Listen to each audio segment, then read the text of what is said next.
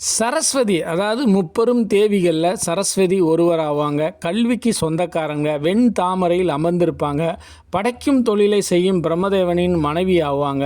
இவங்க ஒரு நதி பெயர் கொண்டவங்க. சரஸ்வதி அப்படின்னா சமஸ்கிருதத்தில் முன்னோக்கி செல்லும் அப்படின்ற வார்த்தையை குறிக்குது. இந்த சரஸ்வதி இந்த நவராத்திரி 9 நாளில் 3 நாள் முக்கியத்துவம் பெறுறாங்க.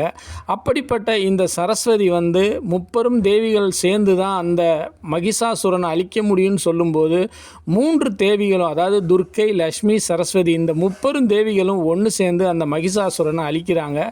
அவங்க இறந்ததுக்கு அந்த மக்கள் தேவலோகத்தில் இருக்கவங்களும் இந்த பூலோகத்தில் இருக்கிறவங்களும் அவ்வளோ சந்தோஷப்படுவாங்க. இவங்க 3 தெய்வங்களையும் போற்றும் விதமாகத்தான் இந்த 9 நாள் நவராத்திரி கொண்டாடப்படுகிறது. இது நம் முன்னோர்களால் அன்று முதல் இன்று வரை செய்யப்படும் ஒரு பூஜையாகும். இதுதான் நவராத்திரி.